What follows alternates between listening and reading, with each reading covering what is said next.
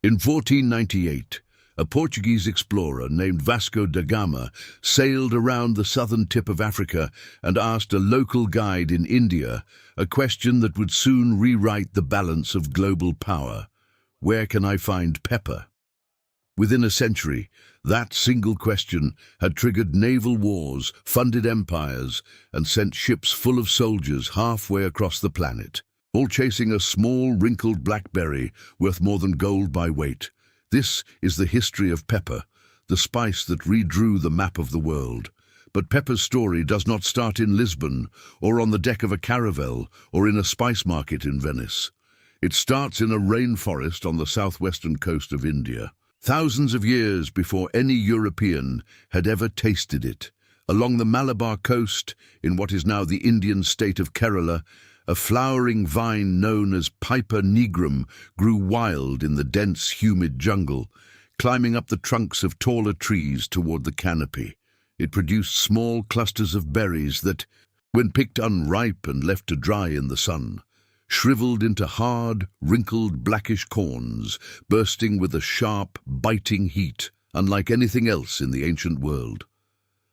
Local communities along the Malabar coast had been harvesting and using this berry for cooking and medicine for at least 4,000 years, according to archaeological and textual evidence, making it one of humanity's oldest cultivated spices.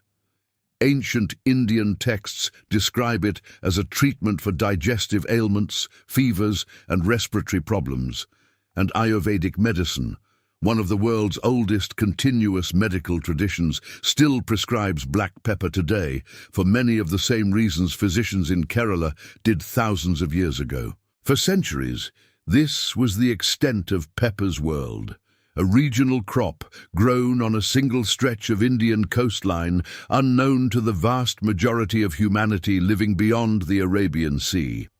That began to change around the 1st century AD, when Roman traders, sailing with the seasonal monsoon winds that Greek and Arab navigators had learned to exploit, established direct maritime routes between Egypt's Red Sea ports and the Malabar coast. Archaeologists have found large stashes of Roman coins buried across southern India, and ancient Tamil poetry from the period describes Roman ships arriving loaded with gold and departing loaded with pepper, evidence of a trade relationship substantial enough to leave a permanent mark on the local economy. Once pepper reached Rome, it exploded into something the empire had never quite seen before: a mass-market luxury. Unlike gold or silk, which stayed firmly in the hands of the aristocracy, pepper found its way into ordinary Roman kitchens, and the empire's demand for it became almost insatiable. The Roman writer Pliny the Elder, in his Natural History written around 77 AD, complained bitterly about the vast sums of Roman money flowing out of the empire and into India purely to satisfy this appetite for a spice with, in his words, no nutritional value at all, calling it madness that people would pay such a price for something that offered nothing but a sharp bite on the tongue. Historians estimate that Rome may have spent the modern equivalent of tens of millions of dollars every single year importing pepper and other Eastern luxuries, a drain on the empire's finances significant enough that some scholars count it among the long list of economic pressures that contributed to Rome's eventual decline. Pepper's value in the ancient and medieval world was not just about flavor, it was about power, status, and quite literally, money. When the Visigoth king Alaric laid siege to Rome in 408 AD, the terrified Roman Senate offered him a ransom to spare the city, and among the items listed in that ransom, alongside gold, silver, and silk, was 3,000 pounds of black pepper, a staggering quantity that shows just how seriously pepper was treated as a form of tradable wealth on par with precious metals. Throughout medieval Europe, pepper functioned almost like a parallel currency. Rents, taxes, dowries, and even fines were sometimes paid in peppercorns rather than coin, because pepper held its value reliably and was universally desired across social classes. And this practice is where the English legal phrase, peppercorn rent, referring to a nominal or symbolic payment, actually comes from.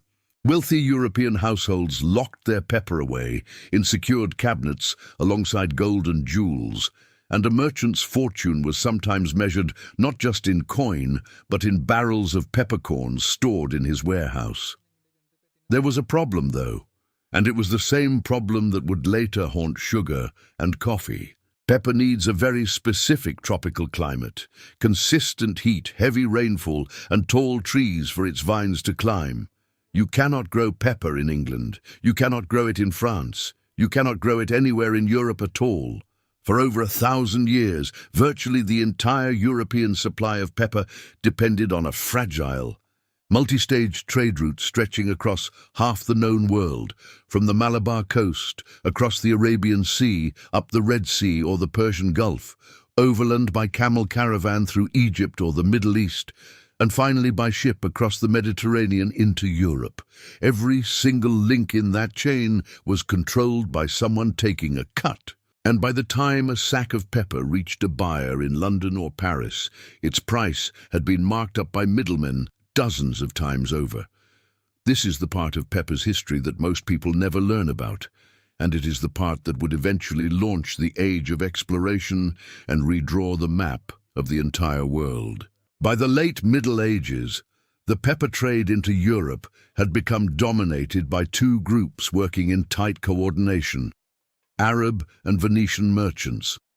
Arab traders controlled the crucial middle legs of the journey, moving pepper and other spices from Indian ports across the Arabian Sea and up through Egyptian or Persian Gulf routes into the eastern Mediterranean.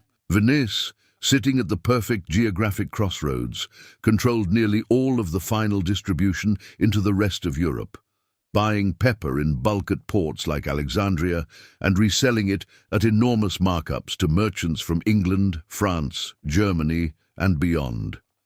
For roughly 200 years, Venice held something close to a European pepper monopoly, and the wealth generated from that single spice helped build the palaces, churches, and naval power that made Venice one of the most formidable city-states in the world. European kings and merchants deeply resented this arrangement. Every ounce of pepper consumed in Paris or London sent profit flowing not to their own treasuries, but to Venetian merchants and the Muslim traders who supplied them. And there was no way around it, because no European ship had ever successfully sailed directly to the source. That is exactly the problem Portugal set out to solve.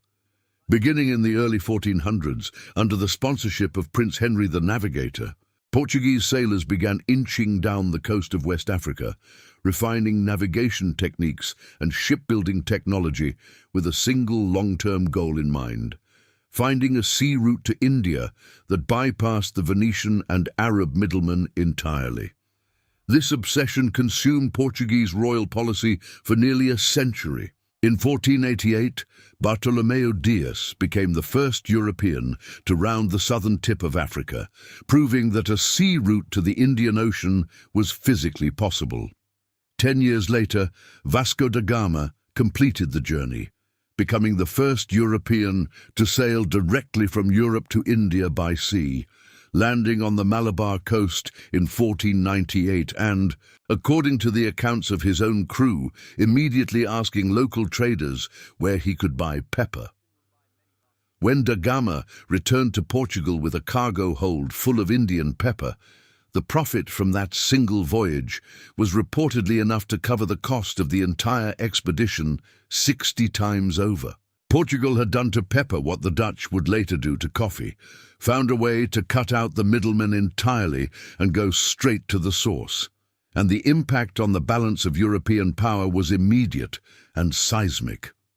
Venice's pepper monopoly, built over 2 centuries, began collapsing within years, and the Portuguese crown, almost overnight, became one of the wealthiest and most powerful states in Europe, its royal treasury flush with what contemporaries began calling, quite literally, pepper money. Pepper's pull was so powerful that it also, quite by accident, changed the course of an entirely different hemisphere. In 1492, a Genoese navigator named Christopher Columbus set sail westward across the Atlantic under the sponsorship of the Spanish crown, driven by the exact same goal as the Portuguese, finding a faster route to the pepper and spice markets of Asia. Columbus never reached India. Instead, he stumbled into the Caribbean, and in a moment of confused, wishful branding that would confuse students for the next 5 centuries, he called the local inhabitants Indians. And upon encountering a fiery, unrelated New World fruit that indigenous peoples used for seasoning, he called it pepper too, simply because it was hot and sharp on the tongue, like the black pepper he had crossed an ocean searching for. That fruit was the chili pepper, a plant from an entirely different botanical family with no relation whatsoever to true black pepper from India. This single act of mistaken identity is why, to this day, English speakers use the word pepper for 2 completely unrelated plants, one a tropical vine berry from Kerala, the other a New World fruit from the nightshade family, an error of naming born directly out of the desperate global hunt for one small Indian spice. Once Portugal proved that a direct sea route to the spice-producing regions of Asia was possible, every other major European maritime power wanted in, and the competition that followed grew increasingly ruthless. Spain, England, France, and most consequentially of all, the Netherlands, began sending their own fleets east, and by the early 1600s, the pepper and spice trade had evolved from ordinary commerce into something closer to organized warfare. In 1602, the Dutch government granted an extraordinary set of powers to a newly formed corporation called the Dutch East India Company, known by its Dutch initials VOC, giving it the authority to raise its own armies, build its own forts, negotiate its own treaties and wage its own wars, all in the pursuit of controlling the spice trade. The VOC would go on to become, by some measures, the most valuable company in human history, and pepper was one of the foundational commodities of its fortune, alongside cloves and nutmeg from the even more tightly controlled Banda Islands. The VOC pursued its pepper monopoly with a brutality that echoed the worst chapters of the sugar and coffee trades. Company forces attacked rival traders, both European and local, seized ports along the pepper-producing coasts of Sumatra and Java, and forced local rulers into exclusive supply contracts backed by the threat of military violence, ensuring that pepper grown under Dutch control could legally be sold only to the Dutch, at prices the Dutch alone set. In some documented cases, the VOC deliberately destroyed pepper vines and spice trees on islands outside its direct control, specifically to keep global supply artificially scarce and prices artificially high, a strategy of engineered scarcity that historians consider one of the earliest large-scale examples of a corporation manipulating an entire global commodity market by force. England was not far behind. The British East India Company, chartered in 1600, just 2 years before its Dutch rival, fought the VOC for decades over control of pepper ports across the Indonesian archipelago and the Indian subcontinent, a rivalry that repeatedly spilled over into open naval combat and colonial land grabs across South and Southeast Asia, where the Dutch ultimately won control of the most valuable nutmeg and clove islands.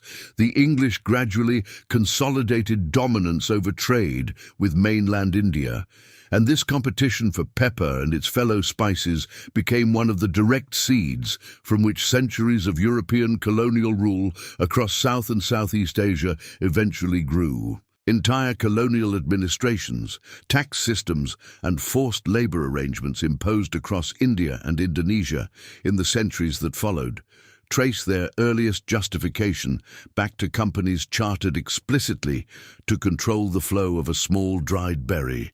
By the 1700s, pepper had also become entangled with the same forced labor systems that were reshaping sugar and coffee plantations across the Atlantic world. On Sumatra's west coast, and later on plantations established by European colonizers in Southeast Asia, pepper cultivation, like coffee, demanded intensive, sustained manual labor. Clearing jungle, training vines up support poles, harvesting berries by hand at precise stages of ripeness, and drying them under close supervision to prevent spoilage or mold. Dutch colonial administrators imposed forced cultivation systems on local farmers across Indonesia, most notoriously formalized in the 19th century as the cultivation system, which compelled Indonesian villagers to devote a portion of their land and labor to export crops, including pepper, under threat of punishment, a system historians widely regard as a form of state-organized, coerced labor that enriched the Dutch treasury while leaving colonial subjects in persistent poverty. As European sea routes matured through the 1600s and 1700s, pepper gradually did something that gold and silk never managed to do. It got cheap. What had once cost the equivalent of a Roman soldier's monthly wage for a small handful of peppercorns became, over the span of 2 centuries, an ordinary household staple. Increased shipping volume, competition between European trading companies, and eventually the cultivation of pepper vines in new regions beyond India, including Sumatra, Java, and later Vietnam and Brazil, steadily drove prices down, even as global demand kept climbing. By the 1800s, pepper had transformed from a symbol of aristocratic wealth, something once used to ransom cities and pay dowries, into a common seasoning found on the table of nearly every household across Europe and, increasingly, the world, sitting in a simple shaker beside salt rather than locked away in a merchant's guarded cabinet. The 20th century brought pepper's final and most dramatic geographic shift. For nearly 2,000 years, India's Malabar coast had remained the dominant source of the world's pepper.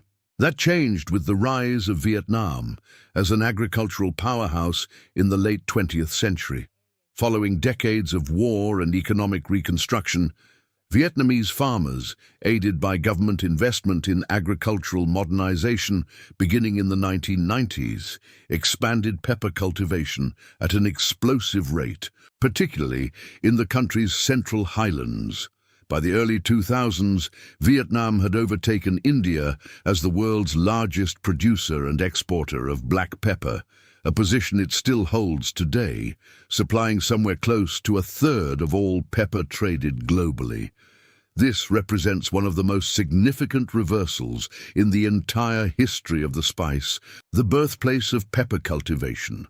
The Malabar coast that Vasco da Gama sailed around half the world to reach now supplies only a modest fraction of what a country half a world away from Portugal produces every single year.